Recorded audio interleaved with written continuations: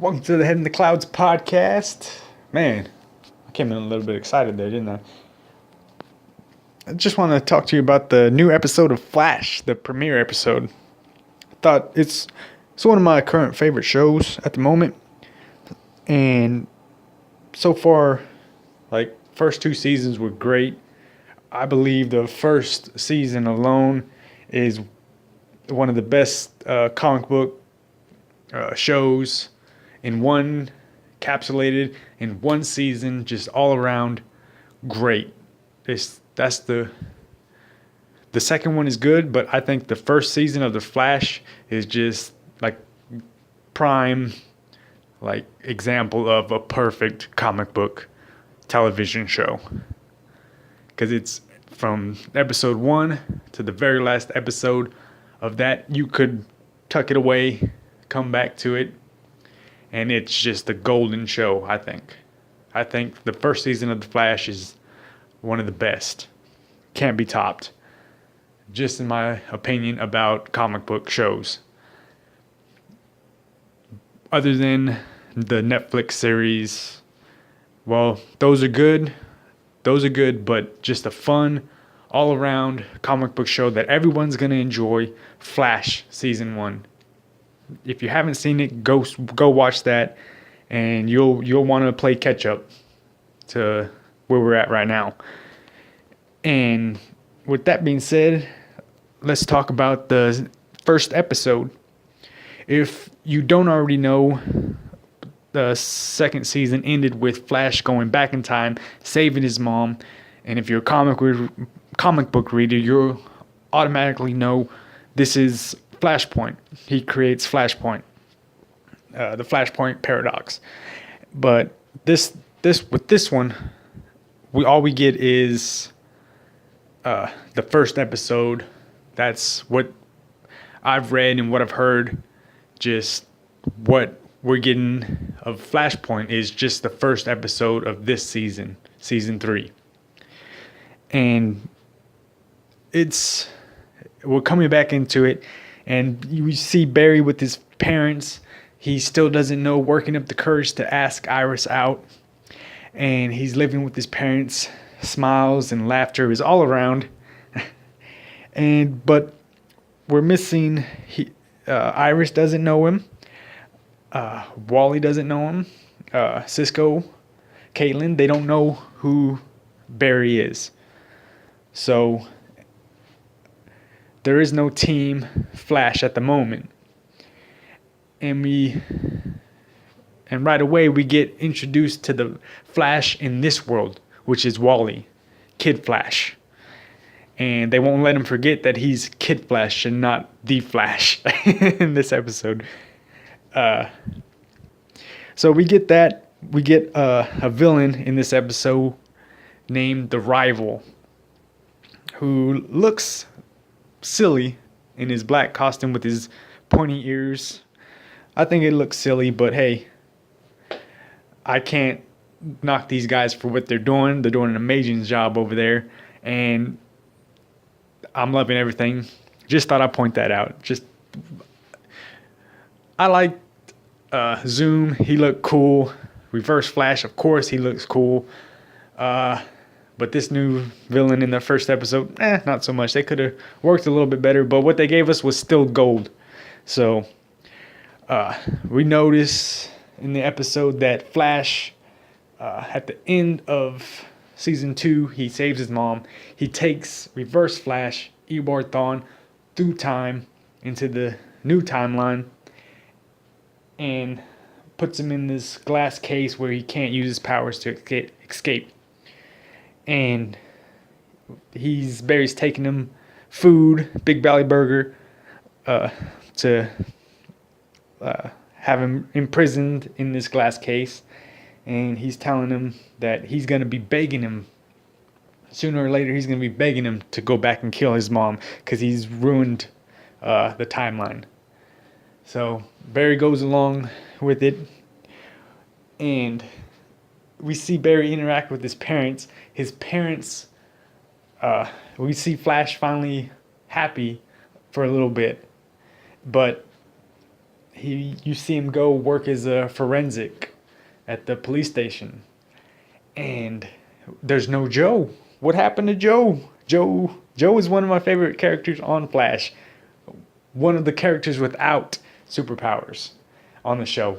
Joe, oh, he's the one of the backbones in the Flash. That when you first start the show, you're like, do you really need him in this?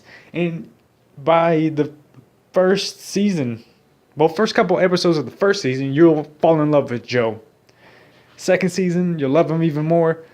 The first episode of this season, you're like, what happened to Joe? Joe's missing work. He's staying at home. He's eating cookies and being drunk, I'm guessing. And we never really get an explanation for it. But it may be because Wally's the Flash. Who knows? They didn't really explain it. And we also get Cisco. I couldn't think of his name. Wow. Cisco running his own business. And there's no team Flash in this one. Caitlin's an eye doctor for kids, I believe. And they eventually get around to finding out that Barry realizes that he's slowly losing his memories of his past timeline of where he'd remember everybody when they were a team, when he was had memories with Iris and Cisco and just all the adventures he had in that other timeline. He's losing them. So he starts to wonder. He goes and asks Eobard Thawne what's going on, and he explains to him that the more he uses his the Speed Force, the faster he's gonna lose his memories from yesteryears of that timeline, of another timeline. So Barry decides he's gonna help Kid Flash in this episode beat the rival and try to turn back his mistakes and go fix the timeline. So eventually he ends up facing off against the rival with Kid Flash. Kid Flash gets a pipe through him, and Barry realizes that he's got to go back. He can't let this happen in this world. So he decides that he has to go back and let Eobard Thawne kill his mother. And there's a moment where it just eats at you, knowing that all Barry wanted to see was his parents. And I didn't even mention, if you haven't seen the episode, at the end of the second season, they kill was it Zoom? Yeah, it's Zoom that kills his dad. And this is why what leads to Flashpoint, him going back saving his mom. So I forgot where I was going with this one. I lost my train of thought. Barry's has a moment with Eobard Thawne, and he tells him, "You just tell me what you want me to do, Barry. Tell me." And what he needs him to do is go back and kill his mom, Barry's mom. And this just, I think Grant Gustin did a hell of a job just like holding back some like anger, but still just like I don't want to say it, go back and kill my mom. He's like, it's a good scene. I wish there would have been I wish we could have spent more time in this Flashpoint timeline, but we go back and we realize everything looks to be back to normal until we realize that Iris isn't speaking to Joe, and there's a rift between them. So we don't know what's going on, and that's where the episode ends. But then we get kind of a bonus where the rival in the Flashpoint timeline wakes up, and we see the words alchemy. Anarchy? I think it's alchemy. It's great. It gets I'm sorry. I'm going off of memory of a few days of watching the episode because I haven't got around to sitting down and record. So I'm doing this real quick, real fast. So yeah, we get this. We get an introduction to a new villain, I suppose. Well, of course, but yeah, we get all this in one episode. I wish we could have spent more time seeing the effects of across the board, seeing what Arrow, what changed there, Legends of Tomorrow, what changed there, the possibility of what happened in Supergirl.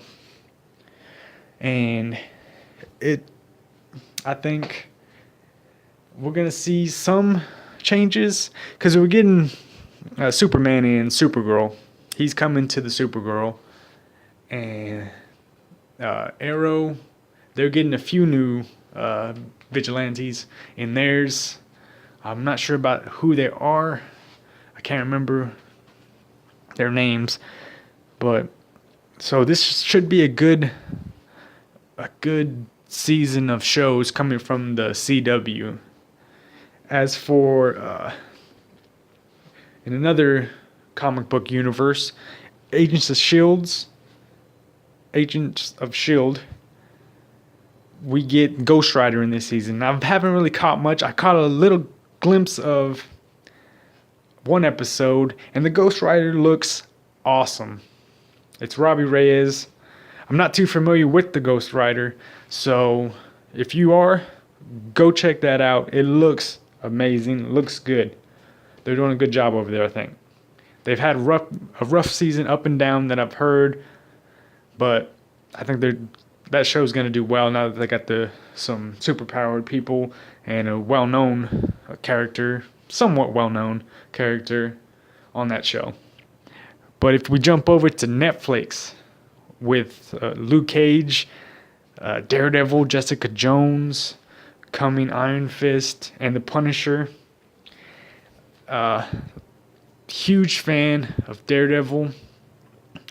I have to say that is one of the shows that I've pretty much dove into and loved since I pushed start. And Luke Cage, still finishing that up. Loving that show. Doing amazing stuff with that show. I love it. I needed to get a soundtrack for that thing. Man, soundtrack is gold. Like, they got to put out a soundtrack for Luke Cage because I would definitely buy that. Jessica Jones, hell of a show. Kilgrave, didn't know much about Jessica Jones going into it, but man, hell of a show. Go check that one out. If you haven't, you got to sit down and watch that one. That's where we get introduced to Luke Cage, actually, if you're behind. So you can go check that one out and then go jump to Luke Cage, but you really don't need to. You can jump in wherever you want. That's what's great about these shows. So yeah, what can I say? Go check the shows out. And I really have nothing else to really talk about at the moment. I've seen, if you haven't seen, let me talk about a movie that I've seen. I've seen The Shallows, recently seen The Shallows. And it's a movie about pretty much a girl who's goes surfing, gets caught out in the water, and a shark is just terrorizing her the whole time. And there's moments of suspense, but really I expected more from it, I guess. I expected they spent most of the time with her just on the rock trying to figure out ways to get off of it. And the huge thing about it is just this. The thing that got me was there's a well that's pretty much dead in the water, and the sharks have been feeding on it. Well, a shark has been feeding on it, and it it just keeps circling back to her. Like it comes back for. But I thought, why wouldn't the shark make it easy on himself and just stay and by the well? So to make it easy on the shark, wouldn't it? An animal, easy prey. But hey, it's a movie. The shark has got to be revengeful, I guess. Like out of nowhere, the shark. I don't know. I didn't really think too much of it. There was parts of it that made me laugh that were not even supposed to be funny. I just thought, like, there's moments in this where she first gets there's this bird that gets injured with her, and it's with her the whole time. And I'm thinking, hey, here's a plan. Take the bird, throw it out into the water, let the shark get the bird, start swimming. But this shark is vengeful, so this shark is after her for no reason whatsoever, just because she's out there, and she's because he eats plenty of people. He eats like several. He got a giant well in the water. This shark, let's just say this shark is greedy. He doesn't know when to stop eating. I don't know. If you've seen it, tell me what your thoughts are. Because I really gave this movie like a C minus. Because I expected a lot more from this movie. From the previews I got, I'm thinking, okay, this is going to be something epic. A new shark. Maybe go toe to toe with Jaws, maybe. Nope. Jaws is still the superior of a shark movie, I believe. Shallows, so-so, I guess.